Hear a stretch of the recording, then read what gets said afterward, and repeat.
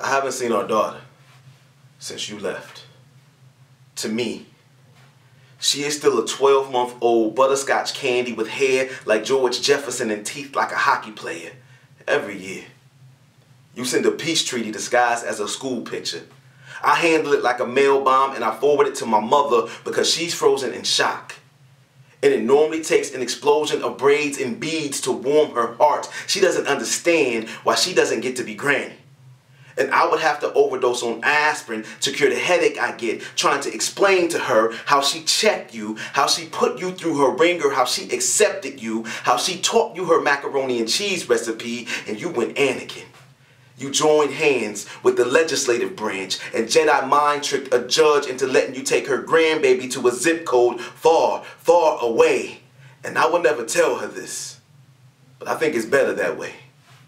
Because if I had to hear my daughter call another man daddy, then you would have to write my life in 3-word bursts, and it would sound like blunt force trauma. It would sound like guilty as charged. It would sound like death row inmate. And I always wanted my life to be a book.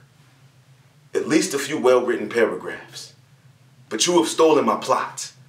Without that little girl, I am just an incomplete sentence that has been sentenced like a predicate felon and subjected to cruel and unusual punishment ever since you committed Grand Theft Daddy's little girl. I sit in solitary confinement.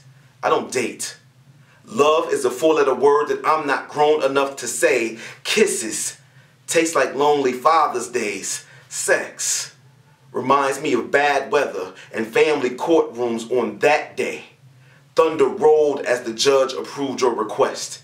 You looked to the sky and thanked your God, and lightning dimmed the lights, and I remember thinking, is there a patron saint for broken black families? And the fool in me wanted to act out.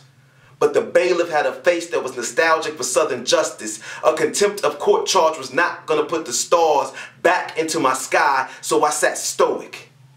So silent that I could hear the tears pooling on my lapel. Stolen joy and swallowed pride have given me heartburn ever since. We both made mistakes. But I've always wanted to ask you, when did you forget that your daughter is my daughter too?